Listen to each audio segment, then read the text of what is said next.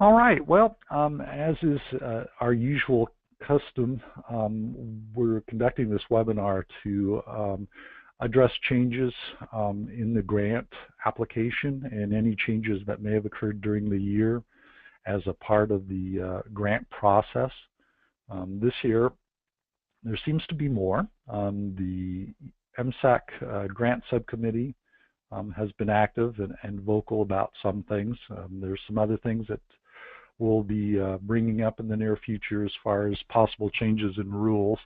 But before we get to that point, myself and possibly Carl will be coming out and conducting some meetings with agency representatives just to go over some of those changes and see if they're comfortable with them, if they're not, and whether we go forward with them or not. So to begin with, as usual, we're using a fillable Adobe PDF document as the application. As is usual, again, and customary, any errors or omissions can cause your application to be considered incomplete and rejected at that point. I'd also like to point out that this year we're asking for W-9s with all applications up front.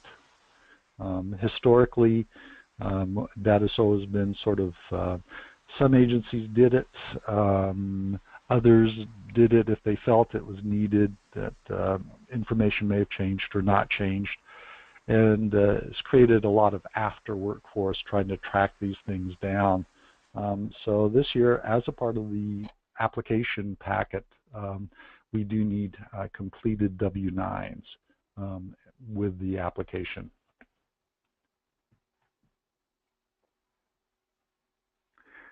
This year, understand that the way the process normally works, the EMSIII subcommittee decides in the June meeting, after all the applications are in, how to apportion the monies out between equipment and vehicles.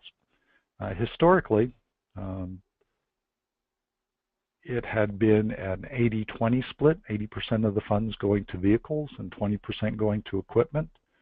Over the last 2 years, that's changed to a 60-40 split the year before, and last year it was a 50-50 split, and actually ended up, we didn't use all the money in the equipment, so we were able to use, I think, approximately $67,000 and apply it towards vehicle awards.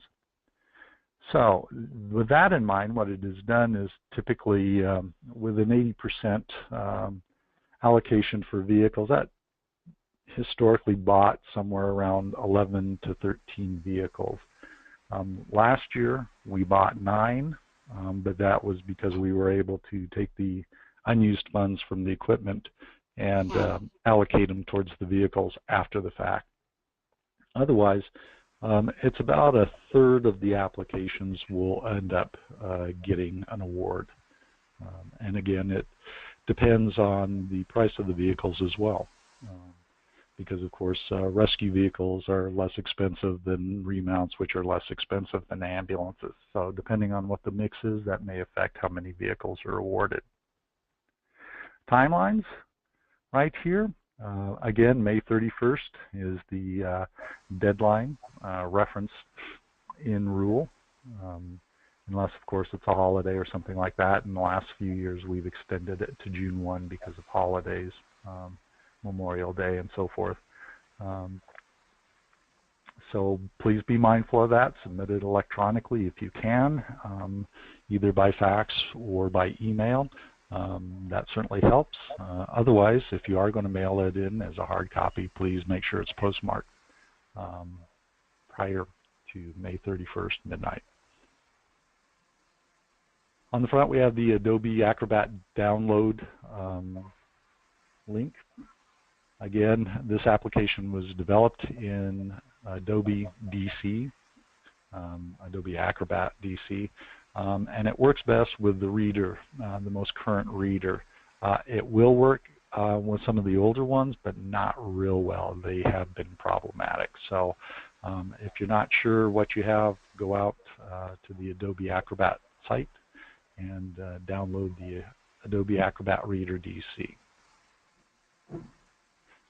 After you've gotten your application, I suggest you, before you even start inputting it, saving it either on your desktop or in your downloads file on your computer, so that as you're inputting information, you can do saves and be assured that your information is being stored and secured.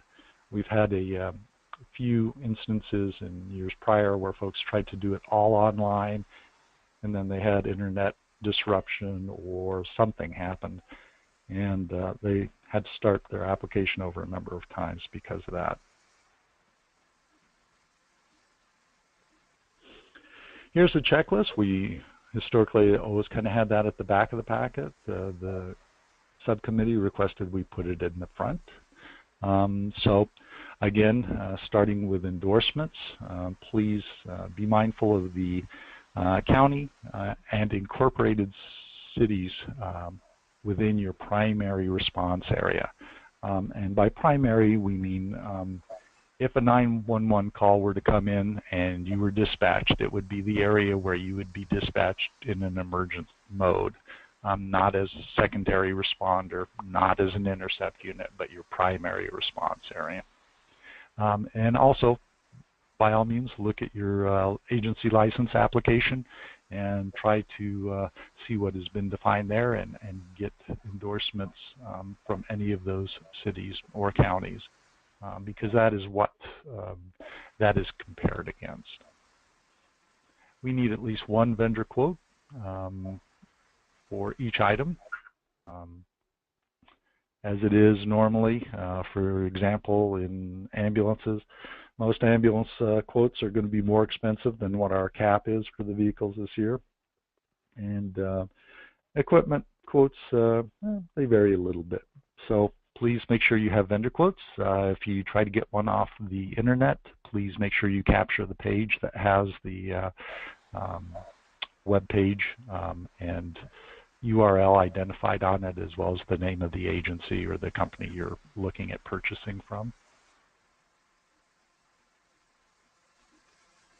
If you're looking at acquiring a vehicle through the grant, please contact me and obtain a fleet report, which is basically just a listing of your vehicles that are currently showing on your license, and we ask you to update the mileages on that report for us. And of course, number 6 here is the W-9. Number 7 is a new item. Historically, some items were not allowed because they were associated with optional modules, and it has been the subcommittee's opinion in the past not to fund those requests. This year they took a different approach and decided that if the medical director is willing to sign off in support of the agency obtaining an equipment that is an optional module piece of equipment, or other types of equipment that may tend to be a little pricey, and therefore something you don't want to just go out and buy willy-nilly. You want to make sure it's being used properly. Unfortunately, we've heard anecdotally from the regional consultants that they've gone out and done inspections and gone into storage rooms and found transport ventilators that have never been unboxed. They're just sitting in the storeroom because medical director or nitronox units, same thing. They got them through the grant, and then the medical director said, nope, we're not doing it. It's nice you got that piece of equipment, but I don't want you doing those things. And so there sits the equipment. Farther back in the application, it outlines some of the equipment that does require a medical director letter of support. Some of those are an alternate transport device, transport ventilators, cardiac monitors or 12-lead acquisition devices, mechanical CPR device, which is new to the allowed list this year, as well as video laryngoscopes. So please bear in mind you may want to be working with your medical director pretty closely on this application. So page 3 is the beginning of the grant application. Please feel free to use your mouse to navigate. The tab order works for the most part. There are a couple of quirks where it jumps across the page and then back to the left side and sometimes gets lost in things. Best way at this point is probably just use your mouse and navigate from field to field. So in this case, I used Extreme EMS, agency license number 16666, federal tax ID number, and that should be on the W-9 as well, and hopefully that'll match. We have had occasions where they don't, and that causes us quite a bit of heartache as we try and figure it out. And then agency type, and again, per the rules, this is a grant opportunity for government or nonprofit entities. For-profit agencies are not allowed to apply for this grant.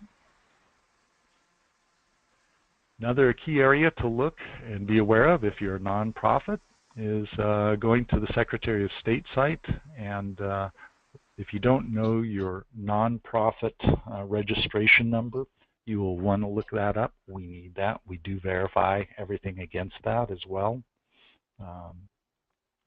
We have had some instances where there's been a lot of confusion between agency names, nonprofit status, and the numbers they supplied. We try to help as much as possible, but if it becomes too much of a burden that it's really consuming too much staff time, we may make the decision that the application is incomplete or incorrect information was submitted. Moving on down, the basics of the phone number for the service and a contact email. In this case, I inserted my own. Number of licensed volunteers in your agency and licensed career providers, if there are any. John, are you considering career anybody paid? No, because actually volunteers, career or full-time career personnel. Historically, volunteers have been looked at as either compensated or uncompensated. So if they're full-time paid, they're career. If they're volunteers or part-time paid, they'd be considered a compensated volunteer. Thank you. Certainly. I know we've had some discussion about that in the past, but I think that's the tendency we keep coming back to, is that there are some volunteers that get paid and actually do make a living doing this, but they are still considered volunteers and they're being compensated on a per call basis or some other scheme like that.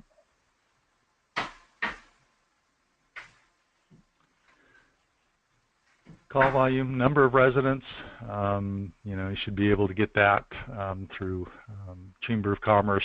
I'm sure the county where you live has those census numbers. So in this case, I use 10,000. I use Bonner County as being the title holder for the vehicle in this case.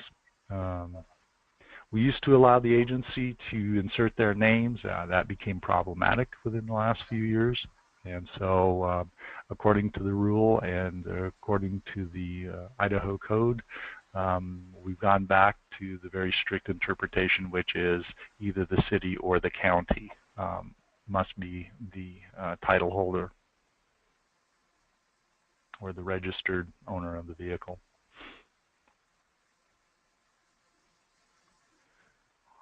Operating information, again, usual, just input your fiscal year, make sure it ends prior to the grant cycle, which is essentially May 31st.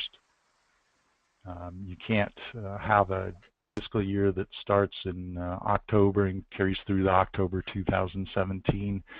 It's a completed fiscal year. So the most recent completed fiscal year is what you want, and those are the numbers you want to input.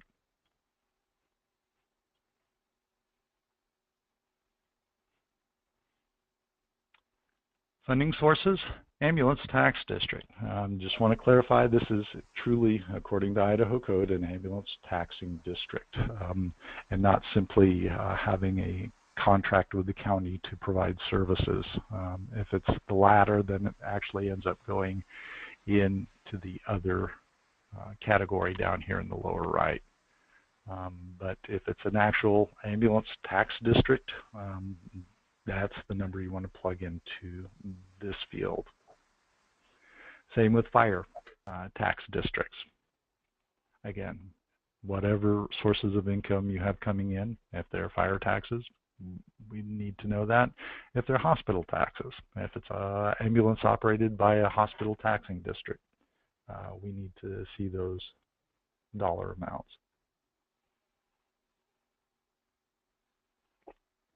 One point to be very clear on is we're looking at the financials for the licensee and not simply a department of the licensee. I know we've had some fire departments and others, sheriff's-based search and rescues, where they say, well, that portion of the sheriff's office or the fire department, we're just going to do that budget for that operational unit.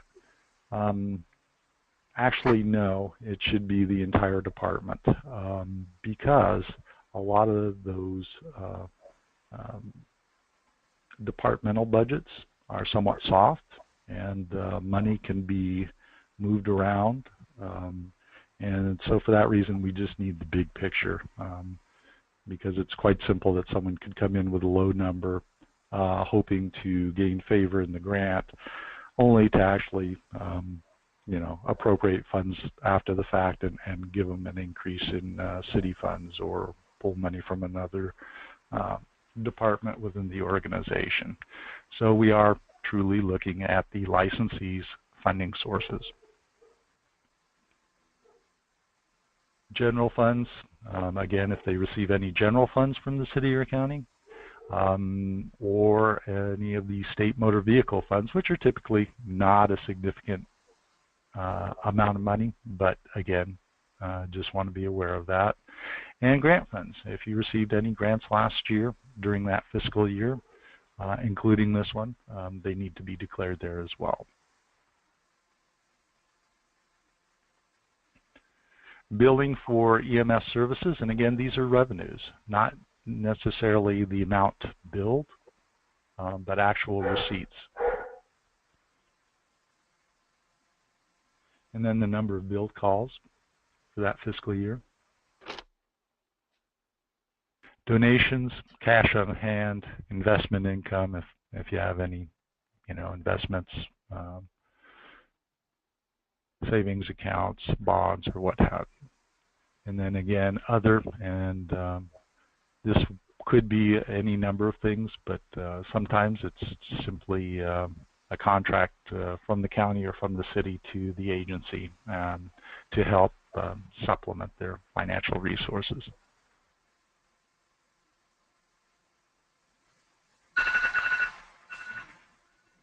Applying for EMS vehicles, again, this year the cap on the ambulances have changed a little bit. We used to be able to give a cap on the chassis and then also allow certain amounts of money for gurneys, certain amounts of money for four-wheel drive. The subcommittee has decided that that was cumbersome, and they just felt that they'd rather raise the overall cap to $125,000 and whatever that buys and whatever you want to use that money for.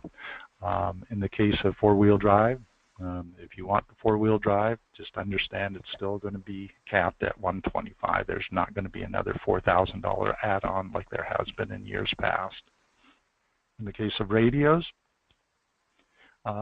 you can actually request radios under the equipment portion of the grant rather than having them kind of commingled with the vehicle. So if you do need radios for your new vehicle, apply for them under the equipment portion. They've raised the cap for the agencies on equipment. Historically, it's been $20,000. They raised it to $25,000. And in the case of multiple organization agencies, systems, if you will, because they tend to involve multiple agencies, they've raised the cap. They've given them a higher cap of $80,000 for equipment. We refer to the definition of systems or multiple organizational EMS agencies as referenced in administrative rule in the licensure portion of our rules. Extrication equipment caps have not changed. And one other thing that we are allowing is down here, the identical items. Historically, for example, if an agency were to request 2 AEDs, they had to be separate priority requests. Now they are allowing to be a single priority request. So if your first priority is getting 3 or 4 AEDs, you can load that first priority for the 4 AEDs and price it out accordingly. As always with any of these equipment grants, be strategic, think about it, because as always, your first priority is probably the one, depending on your needs, that may be the most expensive one, or it may be truly the piece of equipment you need the most. But understand, the farther you get down in the priorities, the greater the likelihood you may not get what you're asking for. And this has happened in a few cases in the past where agencies have listed first out packs as their priority 1 request, and then turned around and asked for a $2,000 AED is priority 2 and priority 3. Well, they got the first priority, they got the second priority, but they didn't get the third priority, so they were somewhat stuck. If they wanted that second AED, they were going to have to find the money to buy it themselves. So again, step back, look, and that'll really be your call as far as weighing the needs and the financial strategies associated with that.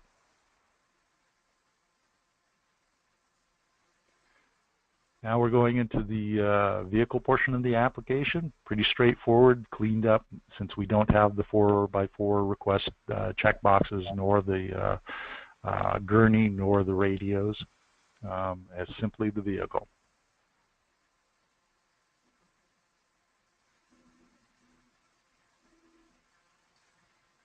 Pretty straightforward information here. Please, if you are replacing a vehicle, we need a copy of the registration, and also fill in as much of this information as available. You should be able to. You are allowed to retain the vehicle. If it's going to be repurposed as a rescue or something like that, that is allowed for. You just can't continue using it, for example, in this case, as an ambulance. We've had some agencies take old ambulances, get the boxes and use them either for utilities or rescue vehicles of varying types. So repurposing the vehicle is allowed, but please just let us know what you're planning on using the vehicle for.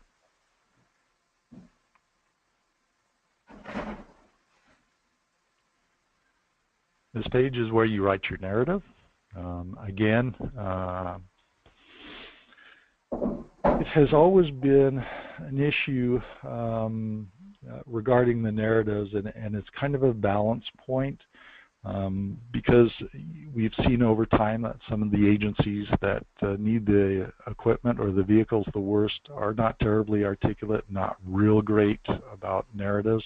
And that's why so many of the criteria and the scoring points in this grant program, as they were originally defined back in 1999, are objective criteria. There are a lot of calculations based on number of calls, number of miles, number of vehicles in your fleet, things of that nature. And actually the narrative was a part, but not a big part of the scoring, overall scoring. So please tell us the brief story. It doesn't have to write a book like some federal grants where they want to know everything and you just tell us your story. Actually, most of the scoring is done, and this just is another bonus point area, if you will. Now we're moving on into the equipment application.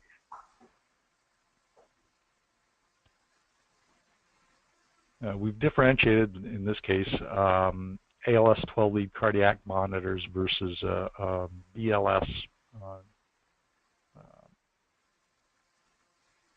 let's see, how do we call it? 12-lead device for acquisition purposes. And so ALS agencies will only be able to get the full Monty as far as grant funds go for a 12-lead cardiac monitor. Other agencies that are trying and striving to address STEMI issues and be able to acquire 12 leads that are not trained to use a 12-lead monitor defibrillator, as the paramedics are, they are going to be limited to the 12-lead device. They carry different caps with them as well. So currently for a 12-lead monitor, the cap is $20,000. It used to be $15,000. But yeah, again, you know, the actual cost of the monitors is often in the $35,000 range if you buy a new one. Some agencies have been buying refurbished ones, which is allowed. Simply, you know, the burden is on the agency to maintain it for the 5 years during the purpose of the lien on it.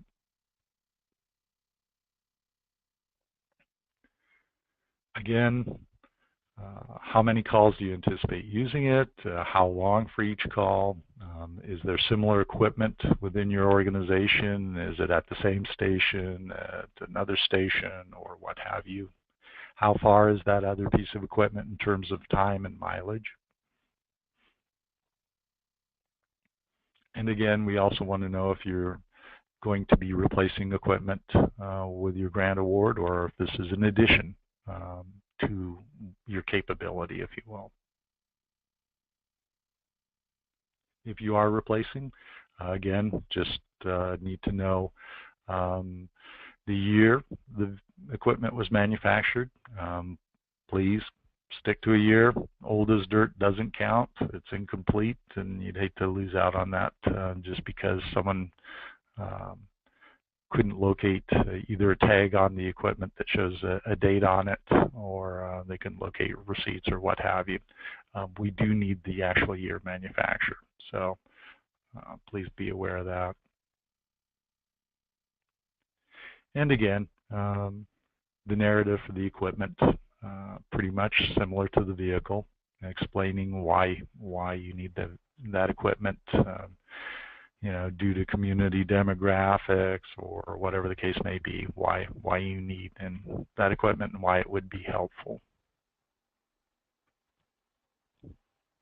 This next priority of equipment, I went ahead and used the iPad tablets. Again, they're able to load them in, and it's got to be identical items, and you can have 4 of them. Again, historically, we've only allowed 1 per priority. This year we're doing it different. So in this case, iPad tablets used on every call basically, probably for the entire duration of the call. In this case, 55 minutes is what I put down. The vendor quote for the 4 iPad tablets was $2,000, and that's what's being requested. Actually, I think the cap on the tablet is $550. So if they came in a little bit higher, you could still, you know, get $2,200. Otherwise, they'd be capped at that point. Like the other equipment, the 12-lead monitor, again, is this equipment in use? Is it at your station, other stations, availability for it? In this case, they're replacing all their old Windows-based laptops with iPad tablets. So that's how I answered it. So number of items you have, whole numbers. So we got 4. We're hopefully going to get 4. We're going to end up with 4 because we're going to be disposing of the laptop tablets, or laptops, I'm sorry.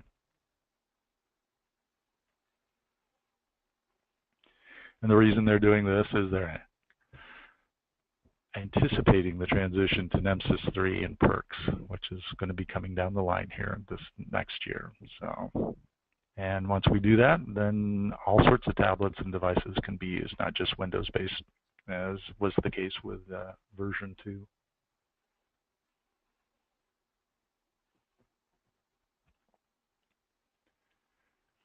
So now we're into the third priority, and we just didn't have any third priority items, so I just left it blank.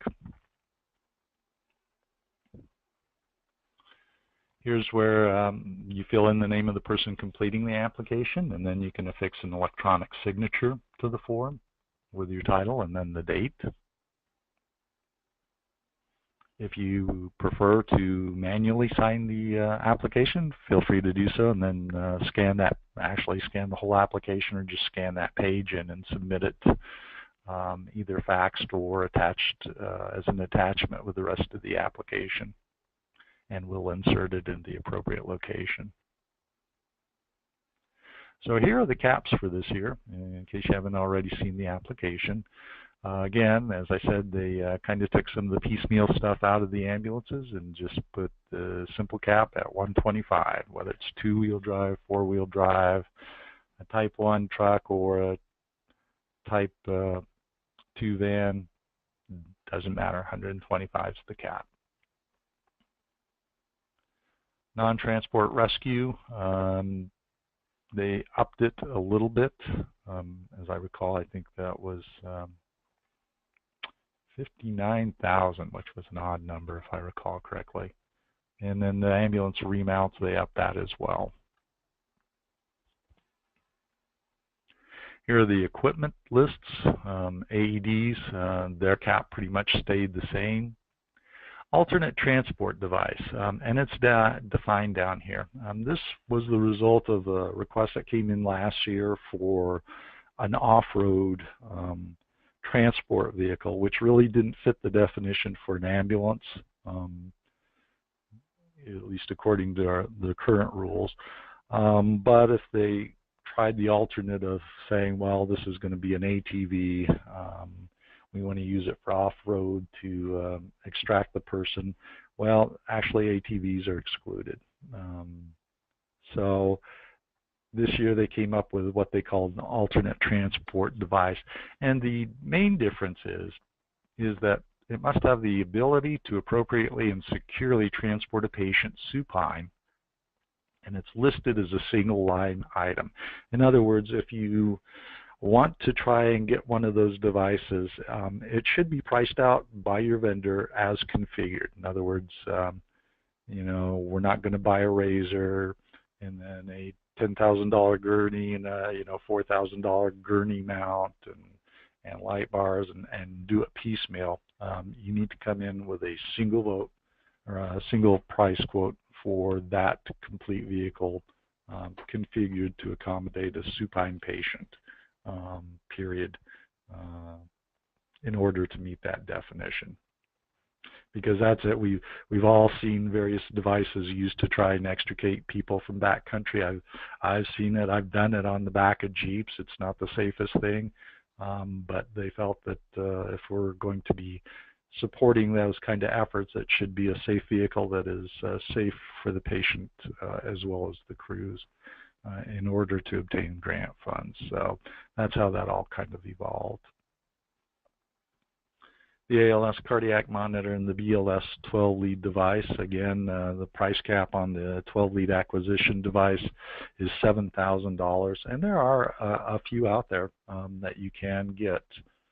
Physio Control has one. I can't remember the name of it, but it comes in just under $7,000. So depending on circumstances, what your local system is using, what have you, they are available, but they cap the price because of the availability of some of them being within that price range. Computer prices haven't changed. Extrication packages have not changed in pricing. We actually, since we upped the overall cap for an equipment award, we increased the power gurney price cap to $13,500 from $10,000, and we actually assigned a price cap for a load system.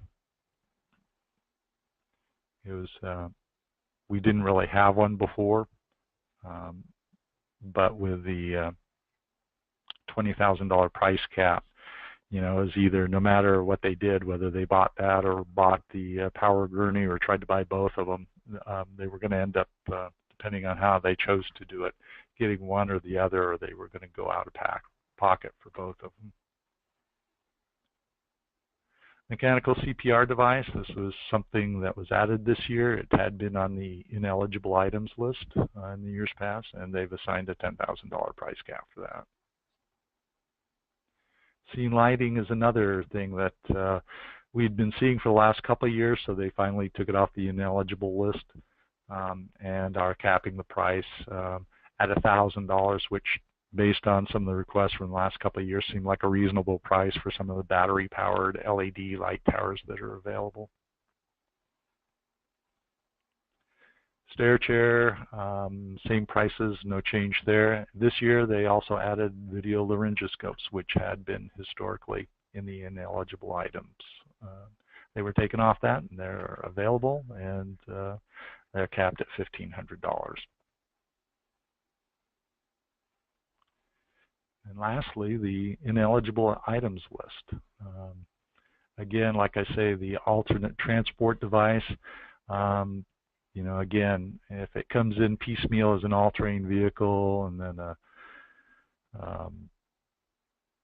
Verno Washington gurney and gurney mount, and you know, they're all priced out separately, that won't make it. It needs to come from Howard's Motorsports, already configured and constructed, if you will. Power generators, of course, you know, all these are pretty much nothing new on the ineligible list. No real changes. We took a few things off, but otherwise, I don't know, Cara, there aren't any additions, are there, this year? Nope, we just removed items.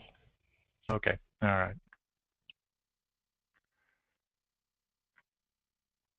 And that's it for the application packet.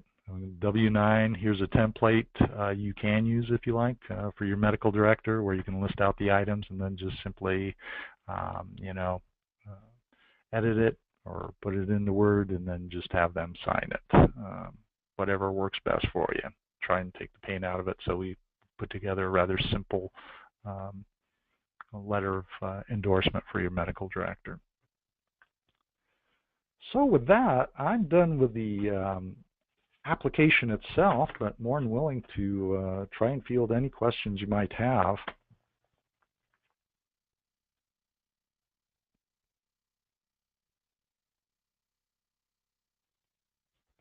John, this is Larry. Yes, Larry.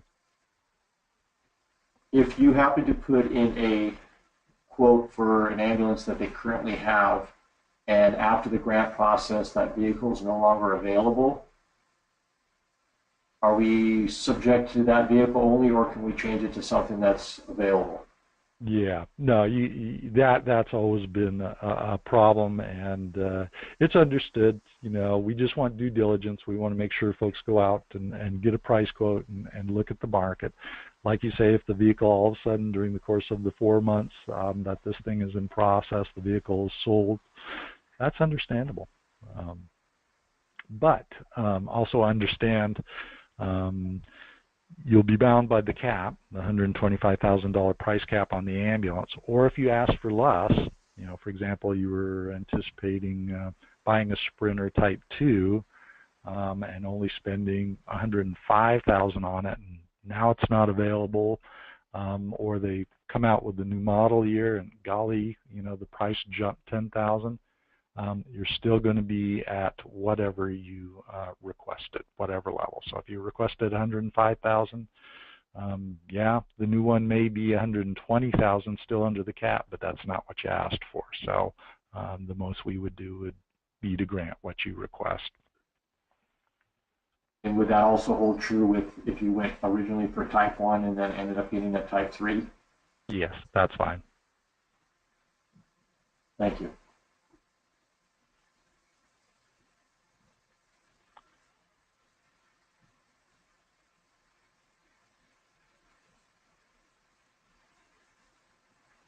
John, this is Charlene.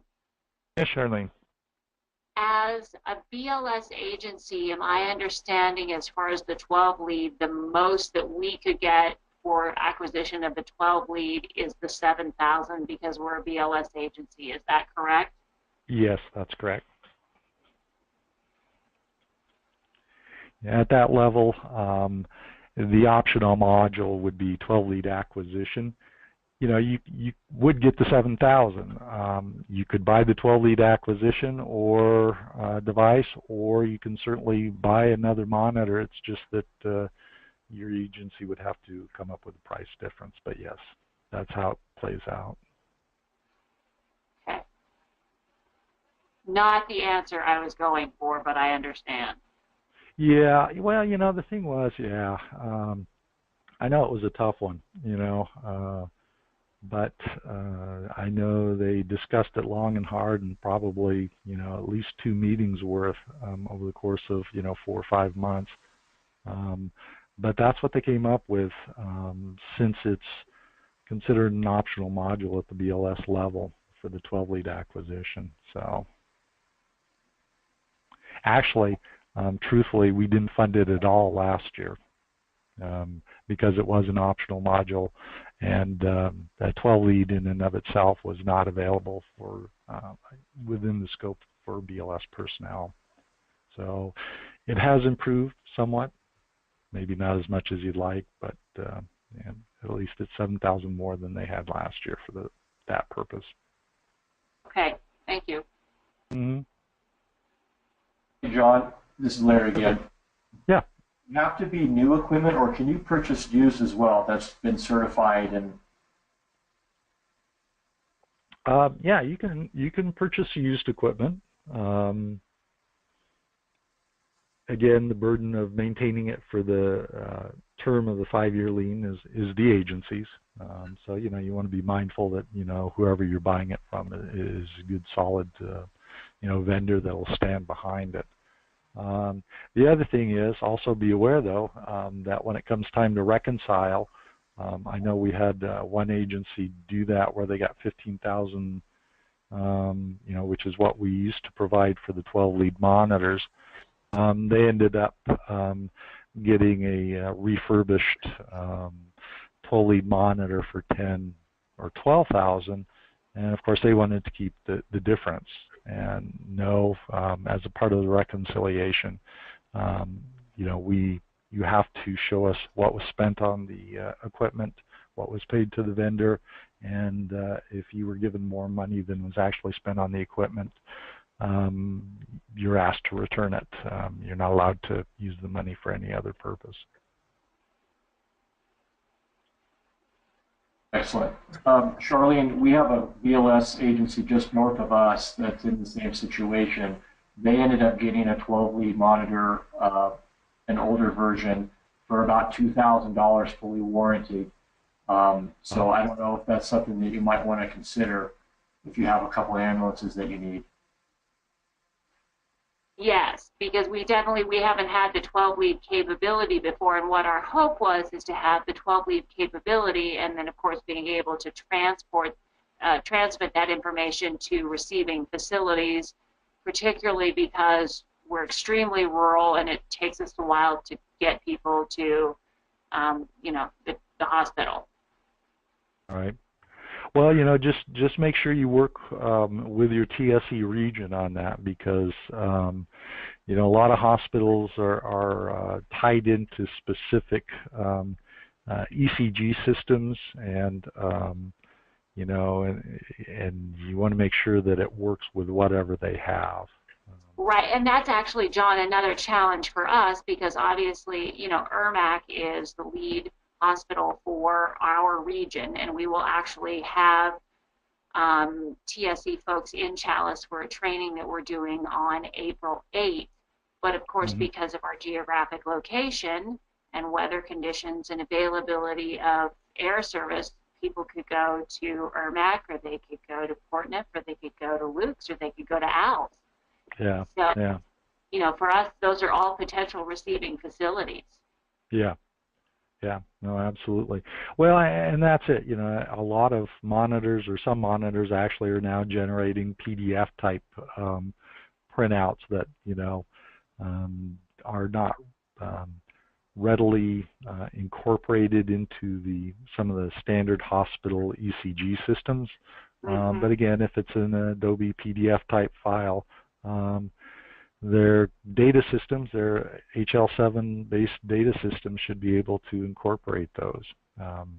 It's just something that needs to be looked at not long and hard, but certainly needs to be discussed with the hospitals and see what they're using, and try to align yourself as much as possible, because you'd hate to buy that money and then find out that oh gee, you bought a physio control and they're using the Zoll system, and they're both proprietary softwares, and they won't they're not compatible.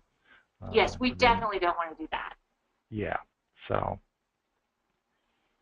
I don't know, Larry, I'm sure, has many pearls of wisdom along those lines. It's been a while since I played in the field.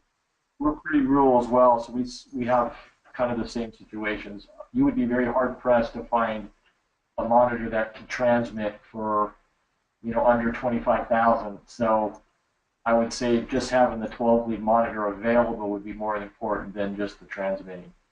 You could always bring them a copy of the initial 12-lead, and when you call in your dispatch, you can tell them, you know, it's showing all signs of, you know, ST elevation or a STEMI. Well, you know, but I don't know how far they're going as far as interpretation goes on BLS levels, but you know. Yeah, the only thing is that we will now have one of our ambulance-based clinicians on. They've been running about 90% of the calls. Okay. Very nice. So we'd have a nurse practitioner or a PA who could do the interpretation. Okay. Well, good topics for discussion. Thank you. Yes. Sherry, have we scared you off, or is there anything I can answer for you?